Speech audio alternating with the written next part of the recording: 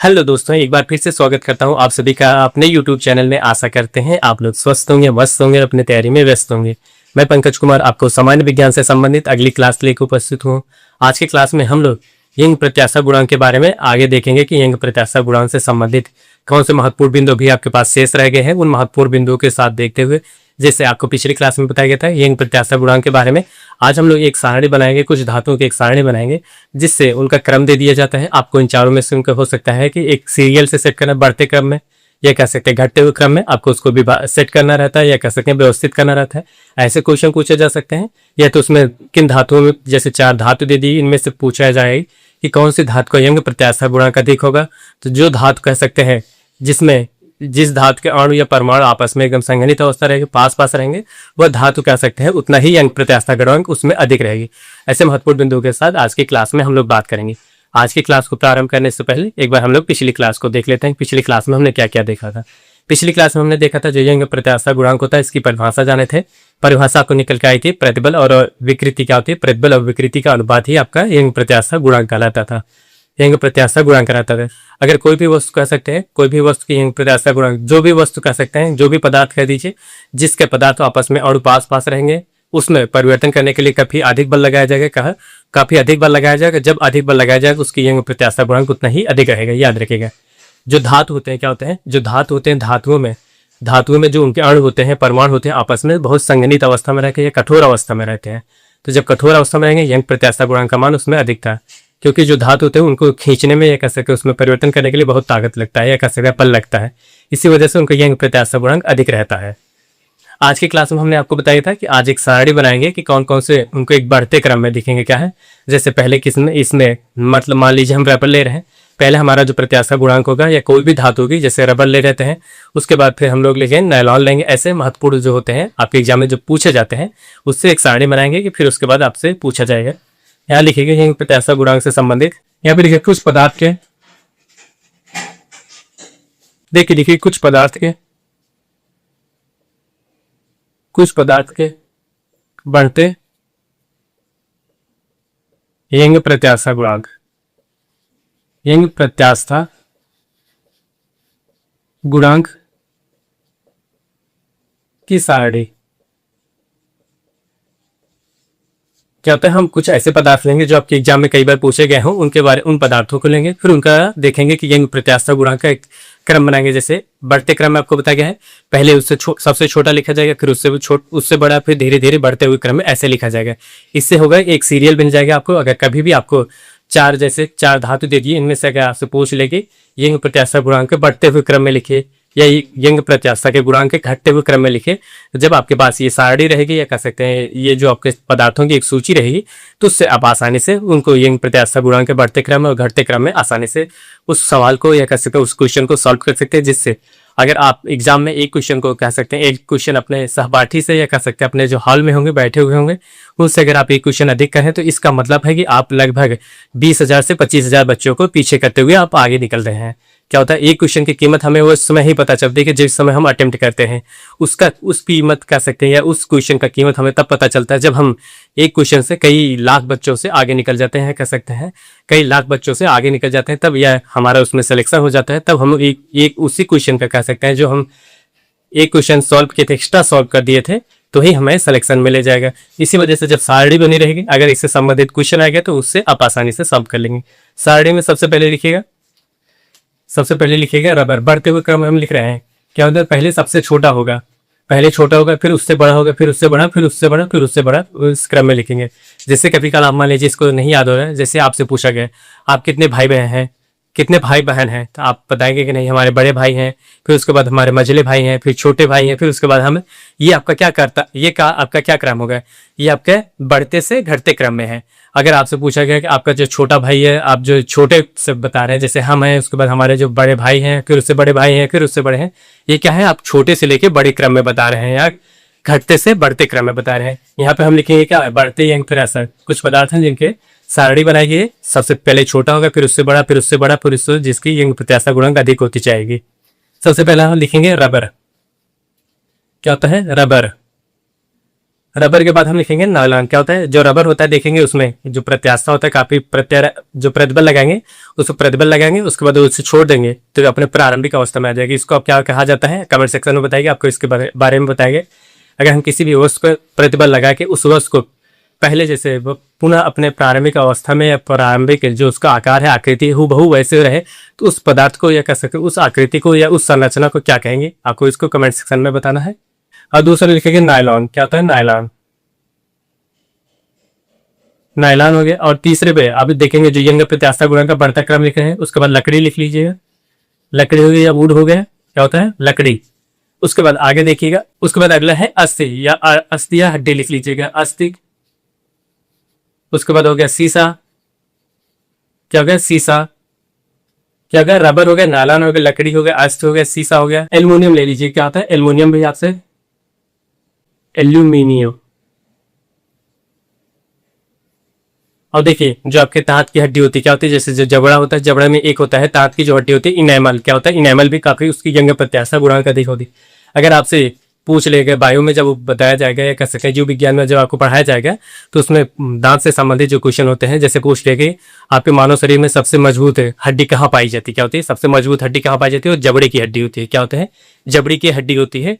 इसी में हम इसको भी लिखेंगे क्योंकि जब इसमें देखिए जबड़े की हड्डी होती है सबसे मजबूत होगी, मजबूत होने का मतलब ही इसका मतलब उसमें यंग प्रत्याशा गुणांक जो होता है सबसे अधिक पाया जाएगा। मजबूत या कठोर का मतलब होता है यंग प्रत्याशा गुणांक मान अधिक होता है। यहाँ पे देखिएगा दांत में, दांत की इनेमल, इनेमल क्या होता है दांत की जो एक हड्डी का नाम क्या होता है इनेमल होता है, वो काफी मजबूत होती है, इसी वजह से उसमें यंग प्रत्याशा गुणांक का मान अधिक होता है। अगला लिखिए जो पीतल धातु होगी, देखिए पीतल और टाइटेनियम भी, टाइटेनियम आप तो सुने होंगे, पीतल, पीतल हो गया, टाइटेनियम हो गया, टाइटेनियम। टाइटेनियम एक मूवी भी देखे होंगे, टाइटेनियम जो होती है, टाइटेनियम काफी मजबूत धातु होती है। क्या होती है टाइटेनियम देखा जाए तो काफी मजबूत धातु होती है। इन वजह से जितने भी हो गए सबसे देखे हल जो होता है मजबूत, देखा जाए जो जो रबर होता है, रबर के जो अणु होते हैं वो थोड़ा दूर दूर रहते हैं। क्या होता है थोड़ा दूर दूर रहेंगे, यंग प्रत्याशा गुणांक का मान कम होगा। तो उसके बाद नारियल नायलॉन आ जाएगा। नायलॉन का था, उसमें जो रबर है रबर की अपेक्षा उसके जो अणु होते हैं परमाणु होते हैं पास पास होंगे। क्या होता है रबर की अपेक्षा इसमें यंग प्रत्याशा गुणांक का देख। उसके बाद फिर लकड़ी ले लीजिए, उसके बाद फिर अस्थि ले लीजिए या हड्डी ले लीजिए, देखिए उसमें भी होता है। फिर उसके बाद अब आप सोच रहे होंगे जो अस्थि होती है या हड्डी होती है और जो दांत की नेमल होती है, इन दोनों में अंतर क्या है। अंतर ये होती है हड्डी का मतलब होता है आपके शरीर में लगभग क्या होता है आपके शरीर में जितनी हड्डियां होती हैं सभी की बात की जा रही है या बोन की बात की जा रही है, जबकि इन सभी हड्डियों में क्या होता है कुछ हड्डी मजबूत होती हैं। उन मजबूती में जैसे आपके ले लीजिए हाथ की हड्डी जो होती है और जबड़े की हड्डी ले ली जाएगा, इन दोनों में से हड्डी तो दोनों है, दोनों में यंग प्रत्याशा गुणांक का मान है, लेकिन जो आपकी दांत की हड्डी होती है, दांत की जो जबड़े की हड्डी होती है, उनमें आपके हाथ की अपेक्षा ज्यादा कठोरता होती है। क्या होती है ज्यादा कठोरता होती है। इसी वजह से इसको नीचे क्रम में लिखा गया क्योंकि दांत की जो हड्डी होती है इसमें जो होता है यंग प्रत्याशा गुणांक के मान अधिक होता है। अब इसके आगे लिखेंगे, यहाँ पे लिखेंगे जैसे यहाँ पे एक दूसरी जगह यहाँ पे लिखेंगे टाइटेनियम के बाद अगला होता है स्टील। अगर स्टील की बात की जाए, स्टील क्या होता है स्टील भी जो धातु होती है काफी मजबूत होती है। क्या होता है स्टील की भी। उसके बाद स्टील के बाद हम क्या लिखेंगे टंगस्टन। क्या होता है टंगस्टन की बात करते हैं, टंगस्टन। टंगस्टन धातु जो होती है स्टील की अपेक्षा इसमें जो होती है मजबूती काफी अधिक होती है। उसके बाद अगला देखते हैं, अगला होता है ग्राफीन। क्या होता है ग्राफीन जो होता है, ग्राफीन हो गया। ग्राफीन को आप देख लीजिए, ग्राफीन का उपयोग कहाँ पे किया जाता है, जैसे जो आप फोन चलाते होंगे, क्या होता है आपका जो फोन होगा उसका टच स्क्रीन पे जितने भी कह सकते हैं टच स्क्रीन के फोन होंगे, चाहे एलसीडी हो गया या कह सकते हैं आपका डेस्कटॉप हो गया, टीवी हो गया, इन सब में ग्राफीन का प्रयोग किया जाता है जो कार्बन का अप्रूप होता है। क्या होता है कार्बन के अप्रूप की बात की जाए तो ग्राफीन हो गया, कार्बन हो गया, हीरा हो गया, ये सब कह सकते हैं कार्बन हो गया, ग्रेफाइट हो गया, ये सब कार्बन के अप्रूप होते हैं। इनकी इनकी अगर कह सकते कठोरता की बात की जाए तो ये सबसे कठोर होते हैं। यहाँ ग्राफीन हो गया, उसके बाद हीरा लिख लीजिएगा, हीरा। उसके बाद फिर कार्बन भी लिख लीजिएगा, कार्बन। कार्बन की जगह आप कार्बाइन लिखिएगा, क्या कार्बाइन, कार्बाइन होता है। ये इतने पदार्थ कह सकते इतने जो धातु होते हैं आपके एग्जाम में कई बार पूछे गए, इनको यहाँ पे यहाँ पे लिख भी दे रहे हैं, यहाँ पे लिख दे रहे हैं यंग प्रत्याशा गुणांक, यंग प्रत्यास्था, यंग प्रत्यास्था गुणांक बढ़ते हुए बढ़ते हुए क्रम में। क्या होता है आपको, अब ये देखिए ये सारणी बना दी गई, इसमें आपको ये प्रत्याशा गुणांक जो होता है ये बढ़ते हुए क्रम में है। देखिए यहाँ पे हम अगर नंबरिंग भी कर दे रहे हैं, मान लीजिए ये पहला हो गया, ये दूसरा, ये तीसरा, ये चौथा, पांचवा, छठा, ये सातवां, आठवां, नौवां, ये मान लीजिए 10वां है, 10, 11, 12, 13, ये 14। अगर इनसे आपके देखिए अब यहाँ से कैसे क्वेश्चन सवाल पूछे जा सकते हैं, अब आप यहाँ से जाएंगे। अगर इन ऑप्शनों में से या कह सकते इन धातु में से आपसे पूछ ले कि सबसे ज्यादा यंग प्रत्याशा गुणांक किसकी होती है, आपको यंग प्रत्याशा गुणांक जानने से पहले आप ये जान लीजिए कि जो धातु जितनी मजबूत रहेगी क्या होती है, जो धातु जितनी कठोर रहेगी उसकी यंग प्रत्याशा गुणांक उतनी ही अधिक होगी। क्या होगी? उतनी ही अधिक होगी। अगर इनमें से 4 ऑप्शन दे दिए गए, जैसे आपको एक दे दिए गए लकड़ी दे दी गई, अस्क दे दी गई, दांत की हड्डी दे दी गई, टाइटेनियम दे दी है, आपसे इन चारों में से पूछ ली कि कौन सबसे ज्यादा मजबूत है, ये किसमें यंग प्रत्याशा गुणांक अधिक है, जो आपके टाइटेनियम होगी उसमें यंग प्रत्याशा गुणांक का मान सबसे अधिक होगा। अगर आपको क्रम दे दिया, जैसे दे दिया आपको नायलॉन दे दिए गए, शीशा दे दिए गए, पीतल दे दिए गए और उसके बाद ग्राफीन दे दिया है, आपसे कहा जाए कि अगर ये जो यंग प्रत्याशा गुणांक है इसके घटते क्रम में लिखिए। क्या होता है? घटते क्रम में अभी पूछा जा रहा है। घटते क्रम में क्या होगा? ग्राफीन लिखेंगे, फिर टाइटेनियम लिखेंगे, उसके बाद शीशा लिखेंगे, फिर नायलॉन लिखेंगे। ये होता है यंग प्रत्याशा गुणांक के घटते हुए क्रम में।